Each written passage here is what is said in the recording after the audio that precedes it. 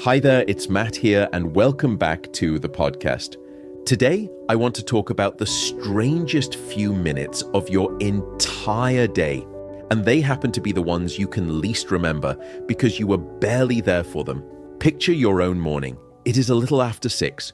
You have just managed what most of us would treat as a genuine triumph, a full, unbroken 8 hours of sleep. Your alarm goes off, and on the second attempt, you silence it and sit up on the edge of the bed. And here is the curious thing. For the next 10 or 15 minutes, you, well-rested, perfectly healthy, are not, in any functional sense, yourself. Your thoughts arrive a half-beat late. A trivial choice, shower first or coffee first, lands with an odd, syrupy weight. Hand yourself a complicated problem and a set of car keys in those opening minutes, and you would manage both badly, and worse, you would have no idea you were managing them badly. Then the fog begins to lift, the way a tide comes in without any single moment you could point to. By the time you reach the front door, you are sharp, capable, entirely awake. You will never think about those 15 minutes again. That fog has a name. We call it sleep inertia. And the first thing worth saying about it is the thing that surprises people most. It is not a sign that you slept badly. It is not a verdict on your night or your mattress or the number of hours you clocked. In many ways, it is a sign that the machinery is working exactly as it was built to. Waking, it turns out, is not the simple act we imagine it to be. So that is where we are headed today. 4 stops. First, what sleep inertia actually is, the shape of it, how long it lasts, and how big the effect can be. Then why it happens, what your brain is genuinely doing in those first foggy minutes. Then, who gets the worst of it, because it is not handed out evenly. And finally, the part you can use, what the evidence says actually helps. Let's begin. First, let me define it properly, because the precision matters. Sleep inertia is a transitional state, a measurable period immediately after waking of reduced alertness, slowed reaction time, impaired attention, and degraded decision-making, accompanied by a strong drive to fall back asleep. It is not the same thing as ordinary sleepiness, and it is not the same thing as sleep deprivation. It is its own distinct state, with its own time course and its own signature in the brain. And, this is the key point, it shows up even after a full, healthy, sufficient night of sleep. The one feature that defines it above all others is that it is self-limiting. Left alone, it resolves. Nobody is still groggy at lunchtime from the simple act of having woken at 7. The time course has been mapped with some care, and it has a specific shape. Wake people from a full night's sleep and test their performance repeatedly over the hours that follow, and the impairment does not switch off. It decays, and it decays unevenly. The initial sleep inertia deficit is largest in the very first minutes after waking, then drops steeply, with the bulk of it resolving inside the first 15 to 30 minutes. But recovery is not complete at the half-hour mark. On more demanding measures of cognition and alertness, performance can take as long as 2 to 4 hours to return fully to baseline. So there are really 2 phases to a groggy morning, a short, dramatic one that you can feel, and a longer, subtle one that you cannot, in which your sharpest edge is quietly still missing well into the working day. Now the magnitude, because this is the finding that reorders people's assumptions. Take well-rested people, wake them, and put them straight onto a cognitive task. Then compare that performance against the same people tested after being kept awake for an extended stretch. In the first few minutes after waking, performance can be worse than it is after more than 24 hours of continuous wakefulness. Put plainly, for a brief window, the moment you open your eyes from a good night's sleep, you can be more cognitively impaired than you would be after pulling an all-nighter. And the deficit has an unusual property. It is largely invisible from the inside. The same impairment that slows your thinking also blunts your ability to register that your thinking is slow. So the subjective feeling that you are fine is, in those minutes, one of the least reliable signals your brain produces. None of that is evidence of poor sleep or a faulty brain. It is a normal, reproducible, well-measured state with a sharp leading edge, which raises the question this whole episode turns on, and the one the science has finally begun to answer in detail. What is actually happening inside the brain to produce sleep inertia? Here is the central idea that waking up, whether from an overnight sleep or a nap, is not a single moment, but a process. Different parts of your brain switch back on at different speeds. And for a few minutes after the alarm, they are out of step with one another. That mismatch is what grogginess actually is. So for, it must be at least a decade now, I have been an avid, probably more like rabid consumer of protein shakes. But the hard thing, honestly, in the supplement space, if you really understand and do your diligence, is this critical thing called trust. It is very hard to find a brand that you can truly trust. That's when I came across the company Puri and the really impressive founder. Even though I'm sure it makes them less profit versus other quick and loose companies, Puri takes quality more seriously than any company I've ever seen before. They have so many offerings, protein powders galore, but lots of other additions. But that's what I was focusing on here. Why did I choose them? Well, it's really for 4 specific reasons. Number 1, they are free from hormones. Number 2, they are free from GMOs. Number 3, they are free of any pesticides. And number 4, and this is the critical confidence part, every single batch is third-party tested for over 200 harmful contaminants, things like heavy metals, etc. All you have to do if you are a neurotic nerd like me, you can even scan the QRI code on the back of the product to get the third-party independent laboratory test results. That's how much trust and confidence they place in their product. By the way, if you want a recommendation, go for the dark chocolate flavored protein powder. It's just exceptional. In fact, it's wonderfully addictive. I didn't just say that. Anyway, it delivers 21 grams of protein per serving. And for folks of my podcast right now, you can save 20%. So go over to puri.com/Matt Walker, and that is spelled PUORI.com, Matt Walker. So again, that is PUORI.com/Matt Walker, and you will get 20% off your product. Until recently, we could only guess at this from the outside. Now we can watch it happen, and it is genuinely fascinating. Start with the thing that matters most, the stage of sleep you are woken from. Across the night, your brain travels in cycles between different stages of sleep. Picture those stages as depths of water. Wake someone from the shallows. Light sleep, and the climb to the surface is quick and easy. Haul them up from the very bottom. Deep sleep, the heaviest, most shut down stage, and the climb is long and clumsy. That, more than anything, is what decides how rough a morning feels. Not how many hours you slept, but how deep you were when the alarm reached in and pulled. The first real look inside came from tracking blood as it flows through the waking brain. It does not all light up at once. It returns in an order. First to the deep, ancient core of the brain, the part that runs basic alertness and simple awareness, which is why your eyes can be open and aware within seconds.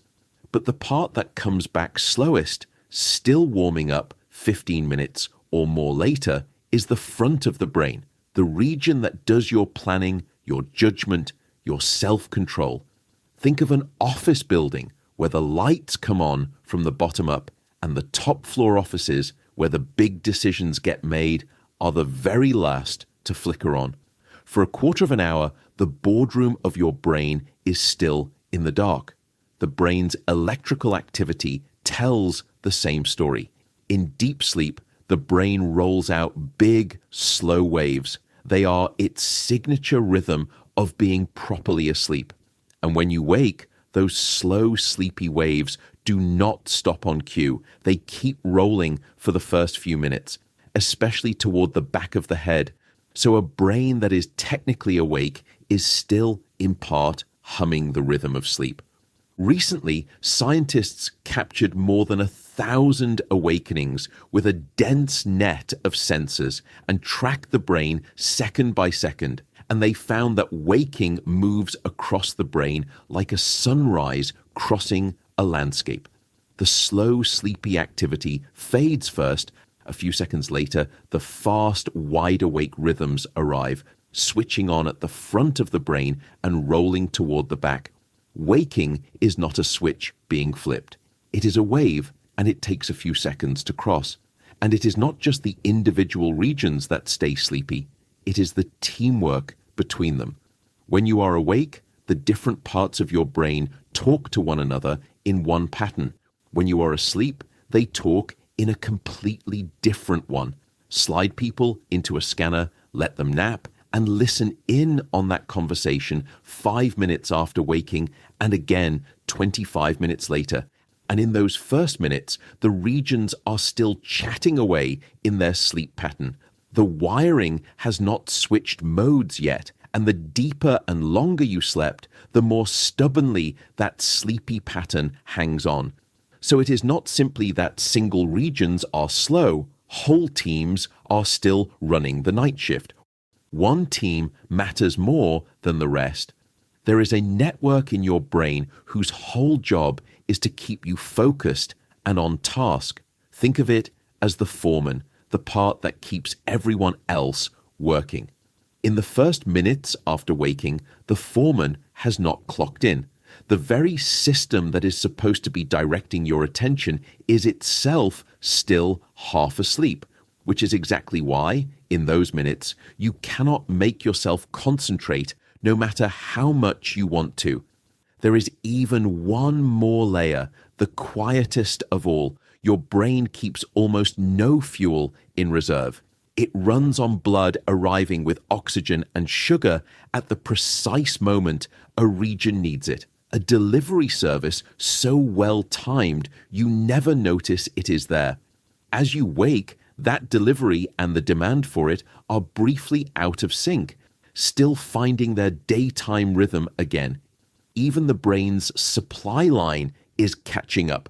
Put it all together, and grogginess stops being a vague slowness and becomes something specific. The blood is still arriving floor by floor. The slow waves of sleep are still rolling. The wave of waking is still crossing the brain. The regions are still talking in their sleep pattern. The foreman who runs your attention has not arrived. For a few minutes, every system is mid-restart, and none of them is quite in step with the others.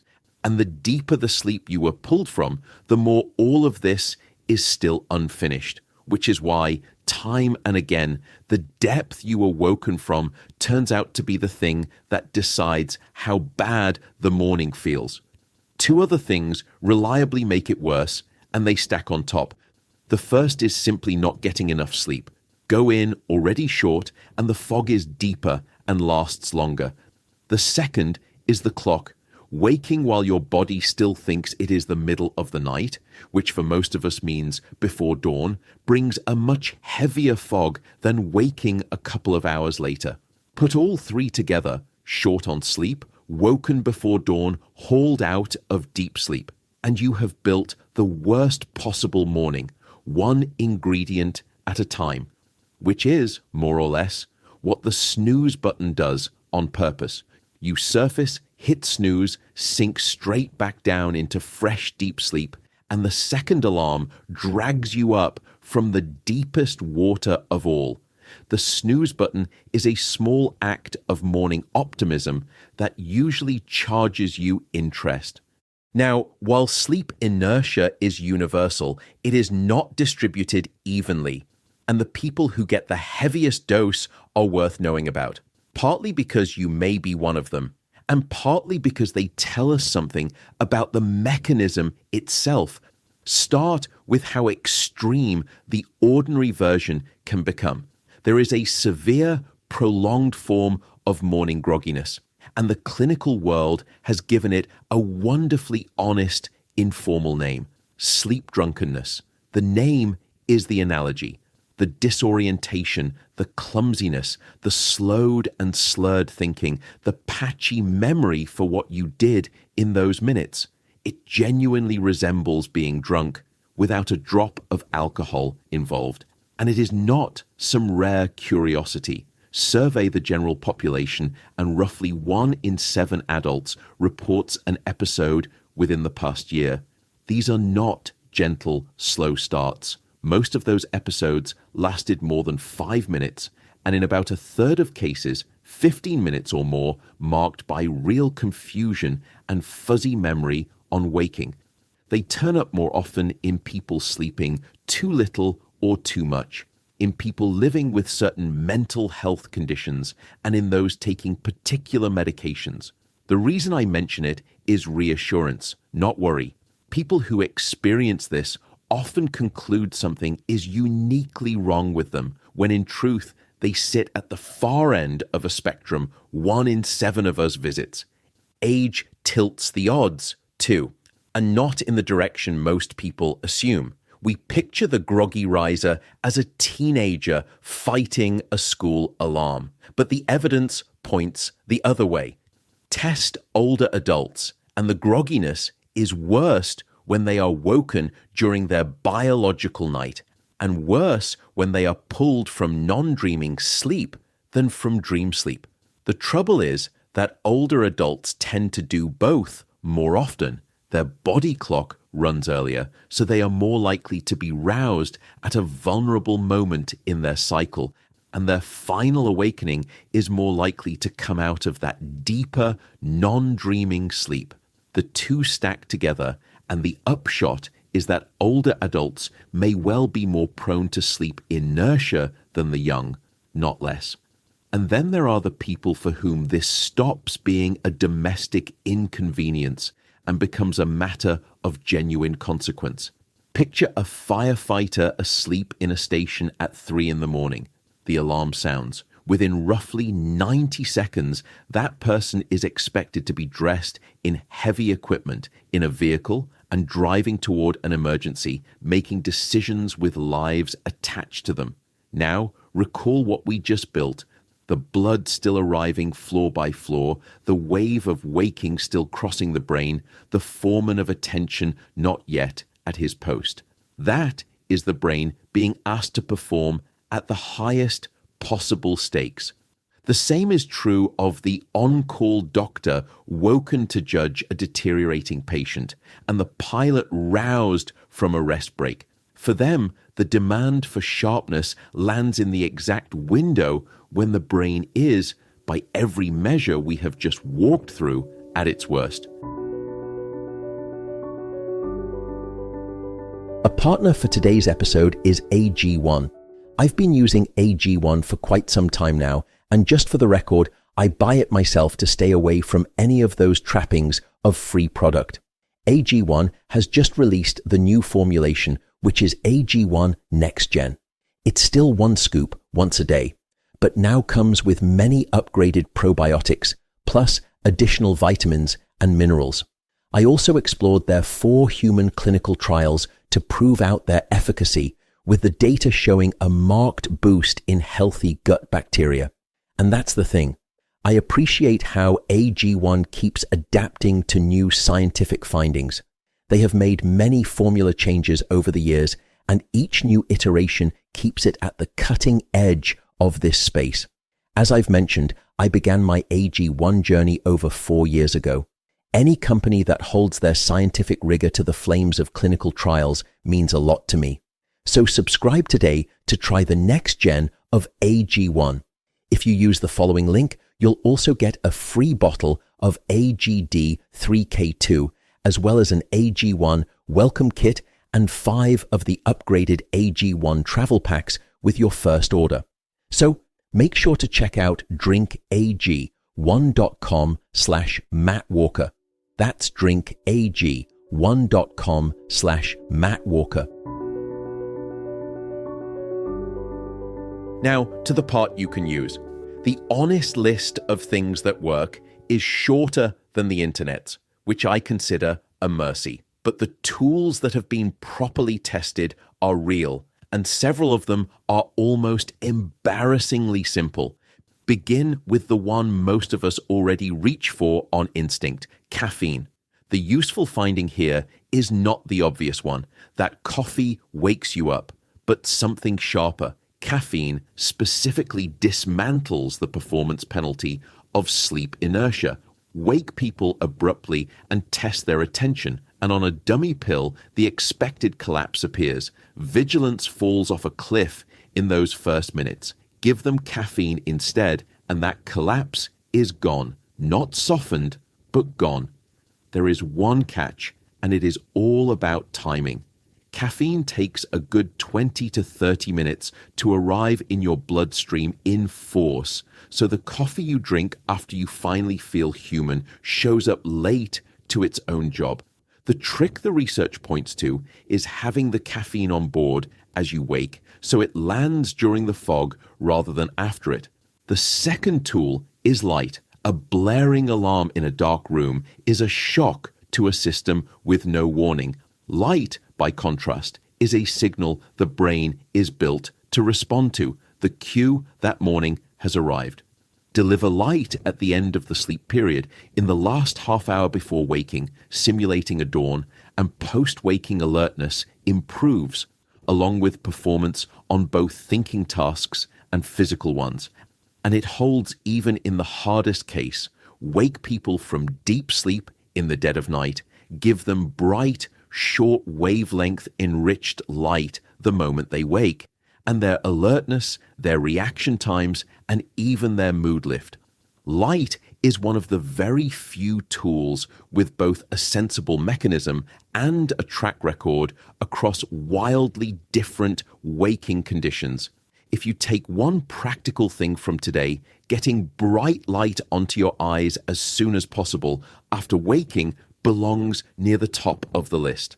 The third tool is really just the mechanism turned into advice, and it concerns napping.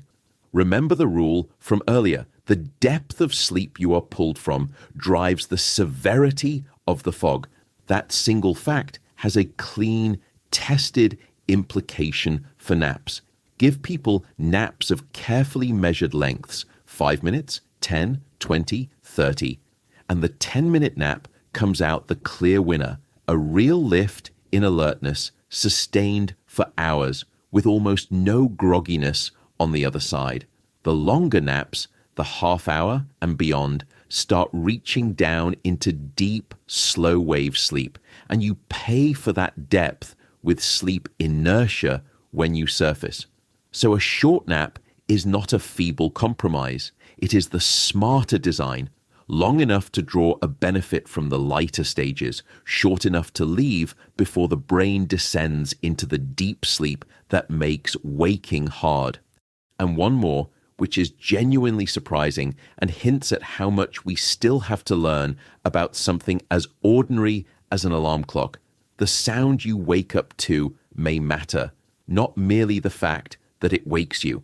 In an analysis of the sounds people rise to, alarm tones rated as calmer and with more melody were linked to less reported grogginess, while flat, harsh, neutral tones were linked to more grogginess. I will put the appropriate caution around this.